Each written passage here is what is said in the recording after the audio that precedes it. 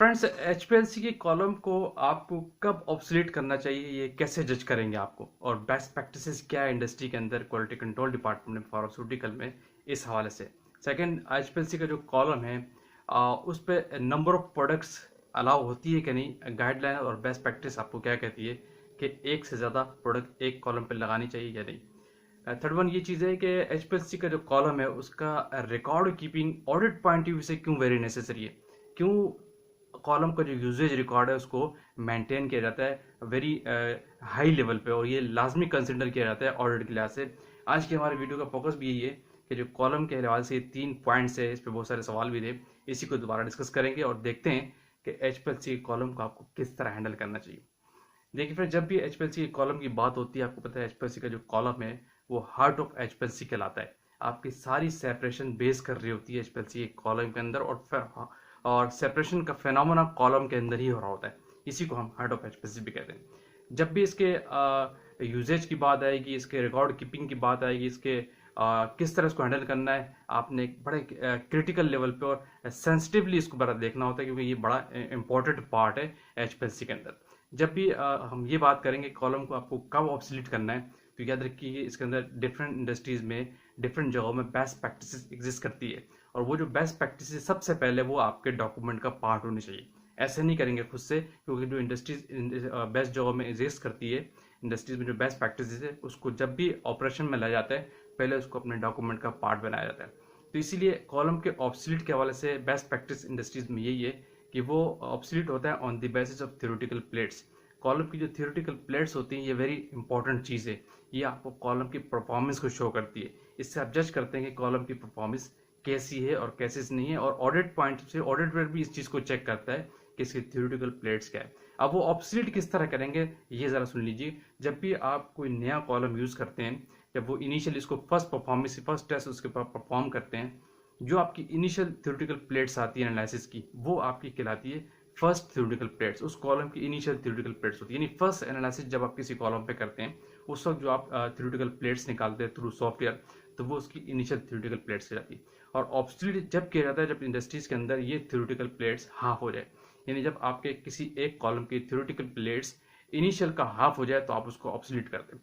ये ऑपरेशन, ये best practices industry में एग्जिस्ट करती है, और ये आपके डॉक्यूमेंट का पार्ट होना चाहिए, आपके एसओपी का पार्ट होना चाहिए। इसके अलावा भी कुछ प्रैक्टिसेस है, यानी लोग 25% पे भी ऑब्सोलीट करते हैं, यानी थ्योरेटिकल प्लेट्स जब आपकी इनिशियल से 25% रह जाए तो भी ऑब्सोलीट करते हैं। लेकिन अच्छी प्रैक्टिस ये कि आप हाफ रह जाएं तो आप ऑब्सोलीट कर दें कॉलम को। इससे होता है क्या है कि इससे कॉलम की आपकी परफॉर्मेंस बेस्ट रहती है, और जब आपकी कॉलम की परफॉर्मेंस ठीक रहेगी तो डेफिनेटली आपकी एनालिसिस एक्यूरेट में जा रही होती है। आपकी एनालिसिस में कोई है कि बेकी चीज़ नहीं होती, यानी आप कोई गलत काम नहीं कर रहे होंगे। डेफिनेटली से ये चीज़ अश्योर करती है कि आपकी एनालिसिस परफेक्ट है। ठीक है, दूसरा एक बड़ी इंपॉर्टेंट चीज़ है कि कॉलम के ऊपर हमें नंबर ऑफ प्रोडक्ट लगानी चाहिए कि नहीं। तो इस हवाले से भी बेस्ट प्रैक्टिस ये है कि एक कॉलम के ऊपर एक ही प्रोडक्ट लगाई जाती है। कॉलम को हमेशा प्रोडक्ट वाइज स्पेसिफाइड किया जाता है, इंग्रेडिएंट वाइज स्पेसिफाइड किया जाता है। फॉर प्रोडक्ट वाइज आप न भी करें, लेकिन जो जेनेरिक है उस वाइज करें। फॉर एग्जाम्पल आपका फॉलिक एसिड का कोई जेनेरिक है, वो अगर डिफरेंट प्रोडक्ट में जा रहा है तो फिर आप लगा सकते हैं। ठीक है, अगर एक प्रोडक्ट के अंदर फॉलिक एसिड है, ठीक है, फॉलिक एसिड है, लेट सपोज किसी एक प्रोडक्ट के अंदर भी जा रहा है और कोई दूसरी आपकी ऐसी प्रोडक्ट है उसके अंदर भी जा रहा होता है ना, बाद तो मल्टी वाइटामिन होते हैं, फॉलिक एसिड डिफरेंट प्रोडक्ट में जा रहा होता है। तो इस हवाले से आप उन प्रोडक्ट को चला सकते हैं, क्योंकि आपका कॉलम स्पेसिफाइड होता है generic wise, not product wise. ये पॉइंट याद कीजिएगा। ऐसा नहीं है कि आपने सिर्फ एक फॉलिक एसिड 3 प्रोडक्ट में जा रहा है तो आप तीनों प्रोडक्ट को अलग अलग कॉलम पे लगाएंगे, ऐसा नहीं है। एक जेनेरिक अगर डिफरेंट प्रोडक्ट में है तो जेनेरिक वाइज आप स्पेसिफाइड करते हैं। अगर फॉलिक एसिड के लिए कॉलम है तो वो फॉलिक एसिड जितनी प्रोडक्ट में आप उसको लगा सकते हैं, ये बेस्ट प्रैक्टिस है। लेकिन ऐसा नहीं होगा कोई एक कॉलम का फॉलिक एसिड भी लगा रहे, ग्लाइनोपैड भी लगा रहे, और कुछ और डिफरेंट जो जेनेरिक है पैराडोल पैरासीटामोल वो भी लगा रहे हैं, तो ये बेस्ट प्रैक्टिस काउंट नहीं होगी। कॉलम को हमेशा generic wise, active ingredient wise specified करना चाहिए। ये करती किस लिए, इसकी वजह ये कि इससे भी आपकी कॉलम की परफॉर्मेंस ठीक रहती है, आपके कॉलम की शेल्फ लाइफ बढ़ती है। अगर आप एक कॉलम को डिफरेंट टाइप के प्रोडक्ट लगाएंगे तो आपकी कॉलम की थ्योरेटिकल बहुत जल्दी गिर जाएंगी, और आपके कॉलम की लाइफ बहुत जल्दी गिर जाएगी। उसकी वजह है कि हर प्रोडक्ट का मोबाइल फेस, उसकी कंपोजिशन, उसका एनालिसिस का तरीका डिफरेंट होता है। इसके लिए इसीलिए कॉलम को एक प्रोडक्ट पे स्पेसिफाइज किया जाता है, एक जेनरिक पे स्पेसिफाइड किया जाता है। इससे आपकी कॉलम की परफॉर्मेंस भी ठीक रहती है और आप उसको जजमेंट भी आसानी से कर सकते हैं। तो ये पॉइंट के कॉलम के ऊपर डिफरेंट जेनेरिक लगाने चाहिए कि नहीं, तो ऐसा नहीं करना चाहिए। बेस्ट प्रैक्टिस यही है कि एक कॉलम के ऊपर एक ही जेनेरिक यूज होना चाहिए, चाहे वो जेनेरिक जितनी प्रोडक्ट में जाए उससे कोई इशू नहीं है, लेकिन जेनेरिक एक वाइज स्पेसिफाइड आपको करना चाहिए। एक्टिव इंग्रेडिएंट वाइज कॉलम को स्पेसिफाइड करना चाहिए, ठीक है। लास्ट चीज ये थी कि कॉलम का जो यूजेज का रिकॉर्ड है उस हवाले से क्या ऑडिट पॉइंट यूजेज याद रखिए। तो कॉलम का जो यूजेज रिकॉर्ड है वो वेरी इंपॉर्टेंट है। यही इसी कॉलम के यूजेज रिकॉर्ड पे आप क्या क्या मेंशन करते हैं, आपकी थ्योरेटिकल प्लेट्स आ रही होती है, जिससे ऑडिटर जज करता है कि ये कॉलम को हैंडल किस तरह करते हैं। ये भी बताता है कि इन्होंने कॉलम को स्पेसिफाइड किया है कि नहीं है। यूजेज रिकॉर्ड से ही आप अंदाजा लगा लेते हैं कि इन्होंने कॉलम स्पेसिफाइड किया है कि नहीं, और आपका यूजेज रिकॉर्ड भी बता रहा था कॉलम को स्पेसिफाइड करना कितना इंपॉर्टेंट है। इसीलिए एक कॉलम के ऊपर नंबर प्रोडक्ट नहीं लगाई जाती। इससे ऑडिटर जज करता है कि ये लोग एक प्रोडक्ट को एक कॉलम पे चलाते हैं, या एक कॉलम पे एक प्रोडक्ट चलाते हैं, एक कॉलम पे नंबर ऑफ प्रोडक्ट चलाते हैं। तो इससे गलत प्रैक्टिस और बेस्ट प्रैक्टिस सामने आ रही है, जिससे ऑडिटर जज करता है। अब यूजेज रिकॉर्ड पे आपको होना क्या चाहिए, जो कॉलम का फॉर्मेट होता है, यूजेज रिकॉर्ड का जो फॉर्मेट होता है उसके ऊपर आपको सारी डिटेल लगती है। फॉर एग्जाम्पल, जिस दिन आपने कोई एक एनालिसिस की है, जिस कॉलम पे कोई जेनरिक लगाया, कोई एक्टिव इंग्रेडिएंट लगाया, तो उसके अंदर जो जो चीज़ें आपने एनालाइज की है, जितने नंबर ऑफ इंजेक्शंस लगे हैं और किसने एनालाइज किए, कौन सी प्रोडक्ट नेम था और किस डेट में हुई, और इनिशियल थ्योरेटिकल प्लेट्स क्या आई उस कॉलम की, उस एनालिसिस के दौरान, वो सारे उसके ऊपर डिटेल मेंशन होते हैं। फॉर एग्जांपल, एक फॉर्मेट है आपके पास, एक रजिस्टर हो गया, फॉर्मेट हो गया, जो भी है, ये भी आपके एसओपी का पार्ट होना चाहिए, ठीक है।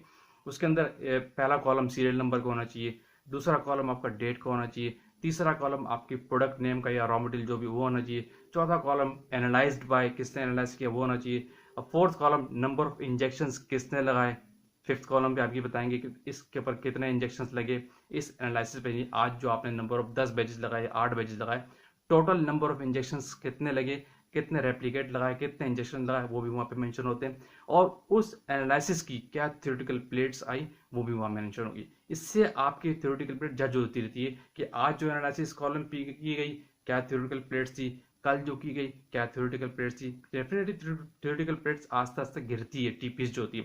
तो इससे आप जब आप जज कर लें कि इनिशियल क्या थी और अब एंड पे क्या आ गई, लेट सपोज इनिशियल 2000 थी और अब आपकी 1000 रह गई है, तो आपको उस कॉलम को ऑब्सोलीट कर देना चाहिए। ये चीज और ये एक्टिविटी आपके डॉक्यूमेंट का पार्ट होना चाहिए।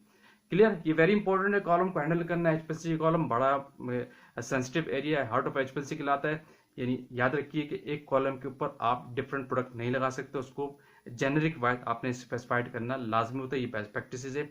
सेकंड, कॉलम के थ्योरेटिकल प्लेट्स की बेस पे किसी भी कॉलम को ऑब्सोलीट कर देना चाहिए आपको। जब आपकी कॉलम की थ्योरेटिकल प्लेट्स इनिशियल से हाफ रह जाए, तो आप बेस्ट प्रैक्टिस यही रखें अपने इंडस्ट्रीज के अंदर, अपने डॉक्यूमेंट का पार्ट बनाए कि उसको उस कॉलम को हाफ थ्योरेटिकल प्लेट्स पे ऑब्सोलीट कर दे, चाहे वो परफॉर्मेंस जैसी भी दे रहा हो, ठीक है।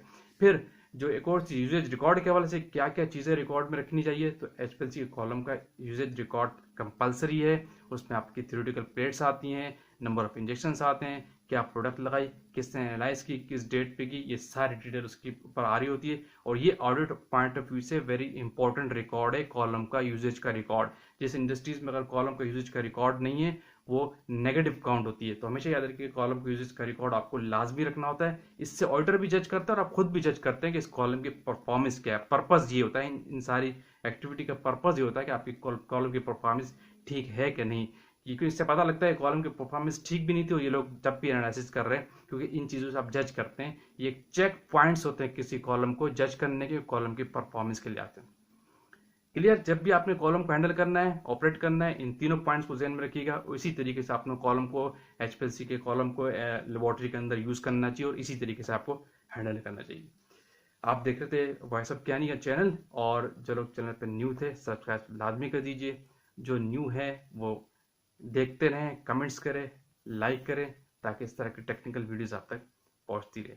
Thank you for watching. अल्लाह हाफिज़।